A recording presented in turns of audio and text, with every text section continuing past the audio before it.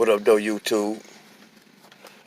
This is a new video here that I'm going to make, and this video it will be titled, Only Virgins and Widows Are Fit for Biblical Marriage. Okay, let me raise this window up because it's starting to rain out here. I don't want to get wet, okay? Only virgins and widows are fit for biblical marriage. I make this video because there are many inside of the Hebrew Israelite movement, women, okay, that are pushing marriage upon the Israelite men. You know what I'm saying? And the truth of the matter is that most of these women, when they enter the movement, they're not virgins, okay? These women usually, some of them has been married and divorced. You know, many of them have just been in and out of polyandrous relationships. You know, they practice polyandry. You know what I'm saying? You know, and polyamory. You know, having multiple lovers. You know, and having multiple boyfriends. You know, throughout their lifetimes.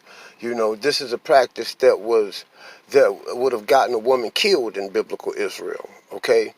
That type of practice was not heard of in biblical Israel. It was not allowed and it was not tolerated.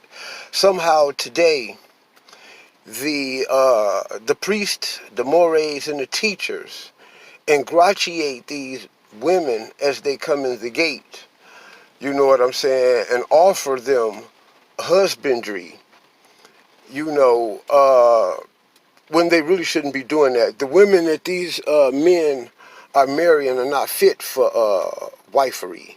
You understand? The women that these men are marrying in the Israelite movement are at best fit for concubinage. You know, it's best fit to be a concubine. You understand? She is not fit. I want to read to you a scripture, something that sparked me. This is the book of Devarim, the 13th verse. That's Hebrew. In English, that's Deuteronomy. The Deuteronomy, the 22nd chapter, and I'm going to start at the 13th verse. I want you to check this out.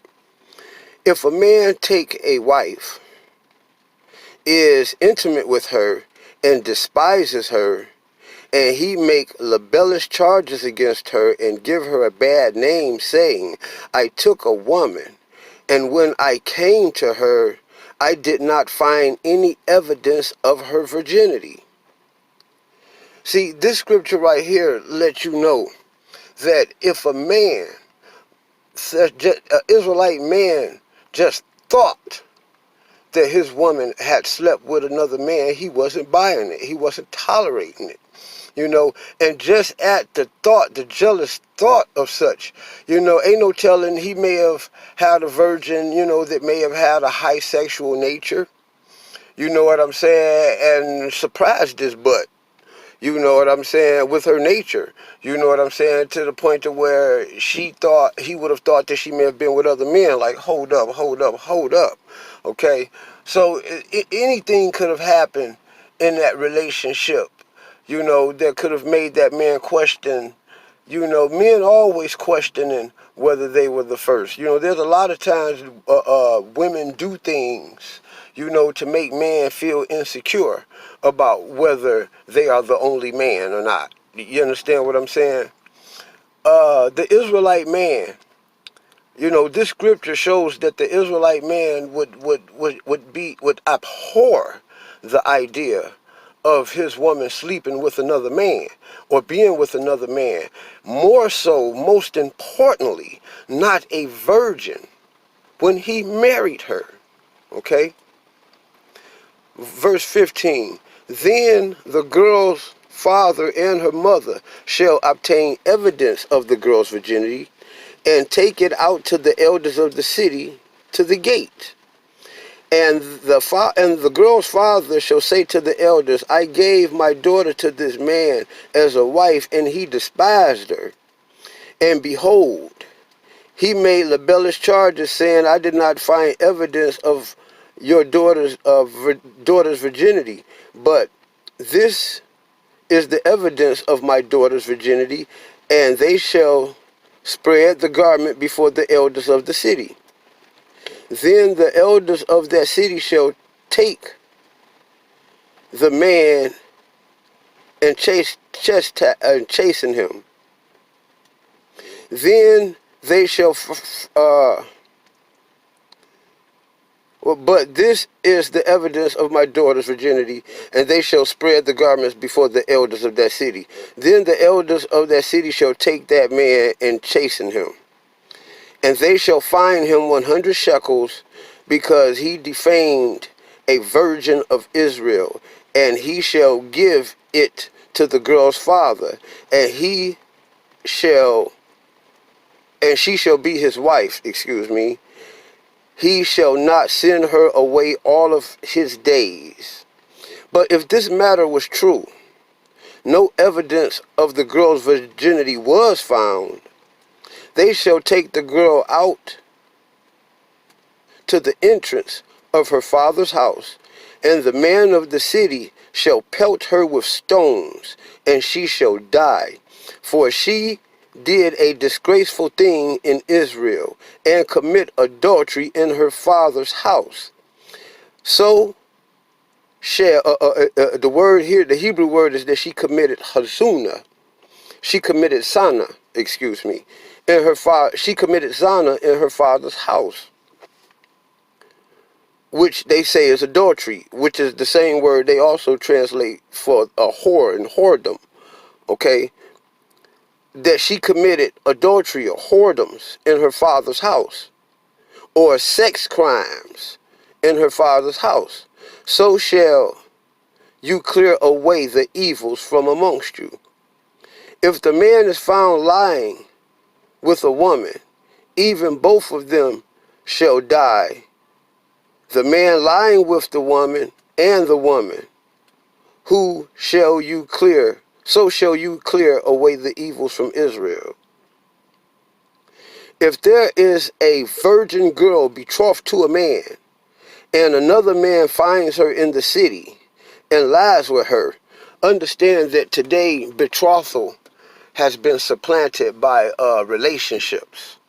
So it would be safe to translate that for today's understanding, and to make that applicable today, that if a woman is inside of a relationship, okay, if there's a virgin girl inside of a relationship to a man, and another man find her in the city and lie with her, you shall take them both out to the gate of the city, and you shall pelt them with stones, and they shall die. The girl, because she did not cry out, even though she was in the city, and the man, because he violated his neighbor's wife.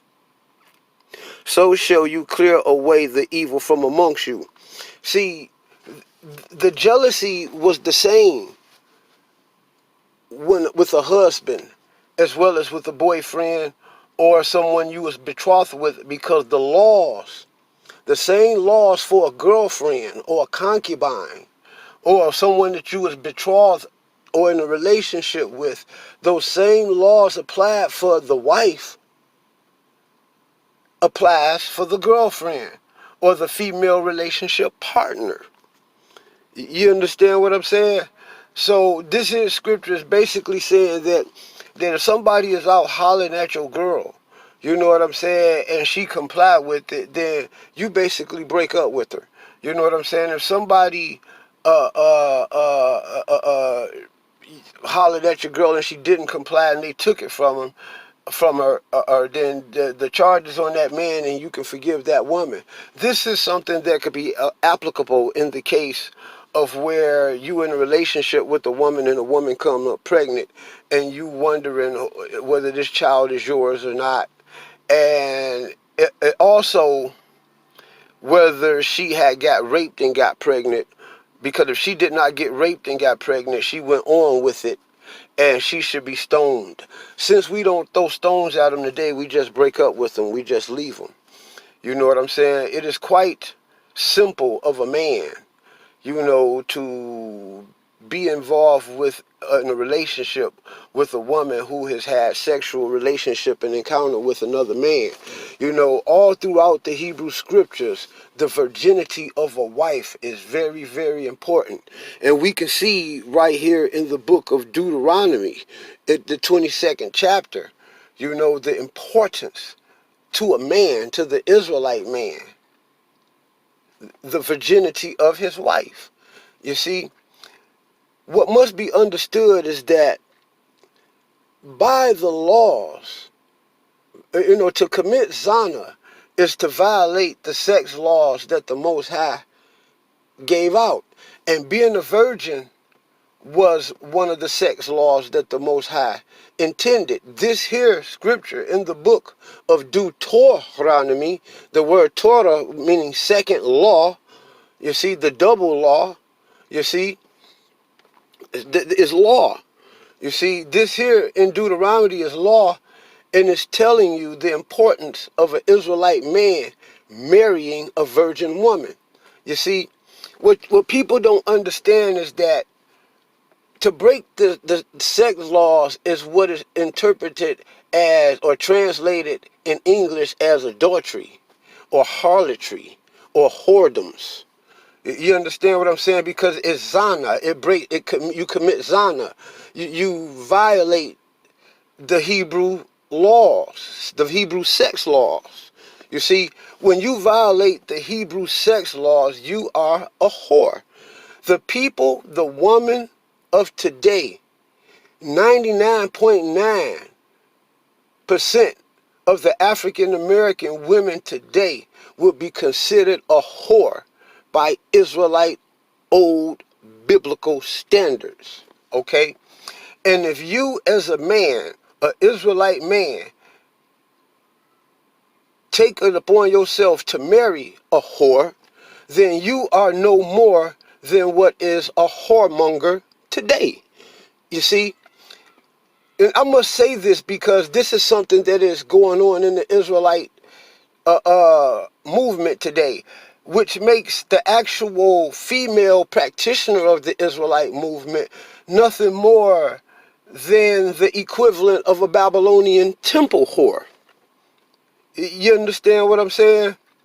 It makes her no more than a Babylonian temple whore, and the man who goes in unto her and that takes her is no more than the simp. You understand? He call himself the husband, but he is no more than her John or her simp or her whoremonger. You know what I'm saying? He go amongst the whores. You see what I'm saying? He wants to marry that whore. He wants to love that whore. He wants to take care of that whore because of her whoredoms. You understand? Because he had sex with her. You dig what I'm saying? And she turned him out, and now he wants her. You understand? He wants to go against everything that the scriptures have written and marry this woman. This woman is not fit for marriage. You understand what I'm saying? The scripture has a problem. Even in Deuteronomy, the 28th chapter and the 30th verse, where it talks about a man shall take a woman. And when a man take this woman, another man shall lie with her. A man shall build a house, and he shall not live in it. A man shall plant a vineyard, and he shall not eat from it. When a man shall build a house, a bait, which is also building a family. This man shall build a house and a family, but he won't be able to live in it because the woman is going to break up with him and go to another man. You understand what I'm saying? And she's going to go to another man who he's not the father of the children in that house. Man number one is. You understand what I'm saying? These are the curses of Deuteronomy. These are the curses that are still plaguing the African American community to this day. You understand? No woman has no business going from man to man. Any woman that has more than 3 sex partners in her lifetime has committed hazuna. She has committed zina, and she is hazuna. She is the adulteress. She is the harlot. You understand what I'm saying? You know, she broke Yhwh sex laws. You see, it's not about a woman going out whoring for money. It is about a woman breaking the laws of Yhwh. If this woman breaks the laws of Yhwh, she, by Israelite standards, is the harlot. You understand what I'm saying? And this woman has lived a life of breaking the laws of Yhwh, has had other men's children, and she is turning you, beta male simp mangina, into man number 2 of Deuteronomy 28:30. You understand what I'm saying? Understand that this is located in the second half of the scriptures where all of the curses are located. This is a curse, people. A woman shouldn't even want to be a wife. She should know that she's unqualified for wife inside this movement, and she should be happy with the idea that she's a concubine, as well as along with her many other concubine sisters that I chose to bring into the fold. You understand what I'm saying? That is Israelite alpha male talk. You understand what I'm saying? This woman does not have the right to marry inside the house of Israel, nor do a man have the right to marry her, nor do none of the elders have the right to support and to marry them. Where is the evidence of her virginity that was talked about in Deuteronomy 22?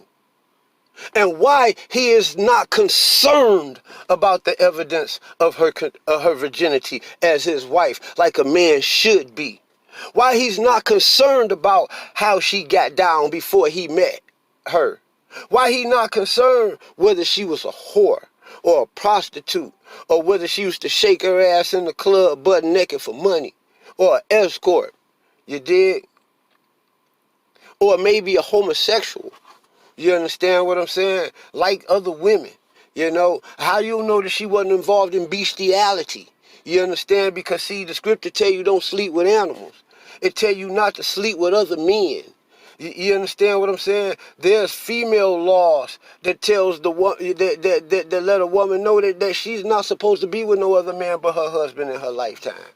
And unless that man dies, she is not to go to another man. You see, the problem is that there's Israelite men marrying these thoughts. You dig what I'm saying? And that then being in other relationships with other Israelite men, and then when the other Israelite man goes to talking about how good this man's wife head is, and how good her coochie is, and how good she sucked dick and shit, you know what I'm saying? Then he has a problem with that. But that was never supposed to take place because no living man was supposed to be able to live to be able to tell her secret. You see what I'm saying? The thing about it is a secret because you dare to ask her about her sexual past. You dig what I'm saying? You're not concerned with her sexual past, and you should be, just like every Israelite man in the scriptures was. Every Israelite man should require evidence of virginity before they get married. If this woman is not a virgin and she is not a widow, then this woman should automatically be reduced to concubinage. And this is how you humble these women. You dig what I'm saying? Don't ever marry none of these women. If you didn't take this woman's virginity, then you a fool for marrying this fucking woman. You know, this woman belongs to that first man. You see, this is the reason why she'll never love nobody like she loved that first man. You can ask her. She never loved nobody like she loved the first man that made love to her. You understand what I'm saying? And that is a fact. You dig what I'm saying? Maybe the second man might get a good go round, but three, 4, 5, and all them other guys ain't got a chance in hell. All y'all is nothing but people that are there to fulfill her fucking pleasures and desires. First, they start off sexual. Then they gravitate to more financial. Then she starts trying to secure the bag, which is grab hold to your resources. You dig what I'm saying? You know, this is modern day whoredom. You dig? And the women that are practicing this usually are religious women. It is religious people that seek out getting married more than anybody. And these religious people, women, are no more than modern day Babylonian, new Babylonian temple whores. And that is a fact. You understand?